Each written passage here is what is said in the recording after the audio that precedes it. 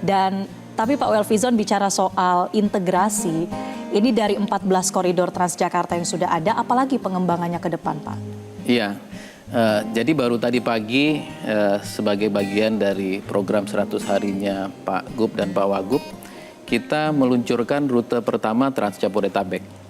Jadi pengembangan layanan dan juga rute tidak hanya di sekitar Jakarta, tapi juga sampai ke daerah penyangga.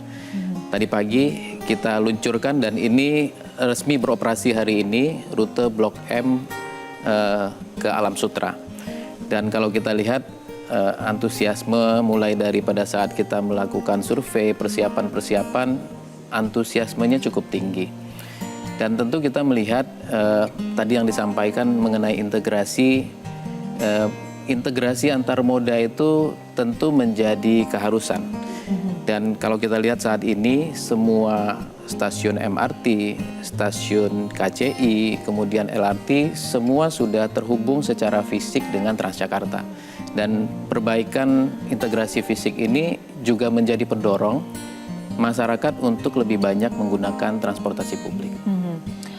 Visi kedepannya Pak Welfizon untuk meningkatkan kesadaran minat masyarakat menggunakan transportasi umum, bagaimana supaya transportasi umum ini menjadi lebih dekat pada setiap rumah, setiap apartemen, setiap tempat tinggal atau kawasan pemukiman, bagaimana visi kedepannya Pak? Iya, jadi kalau kita lihat angkutan umum itu juga harus bisa menyesuaikan dengan keinginan dan kebutuhan pelanggannya. Kami sebut pengguna itu pelanggannya.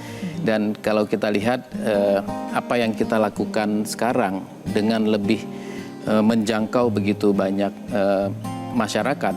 Dan saat ini sampai dengan hari ini kita sudah mempunyai cakupan layanan 91,7%.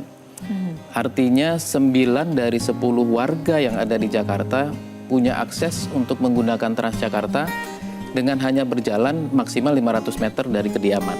Dan itu sudah menemukan halte ataupun bus stop sehingga bisa menggunakan layanan Transjakarta. Dan kita lihat hari ini kita sudah melayani perharinya itu di angka 1,3 juta pelanggan yang sudah menggunakan semua sistem Transjakarta.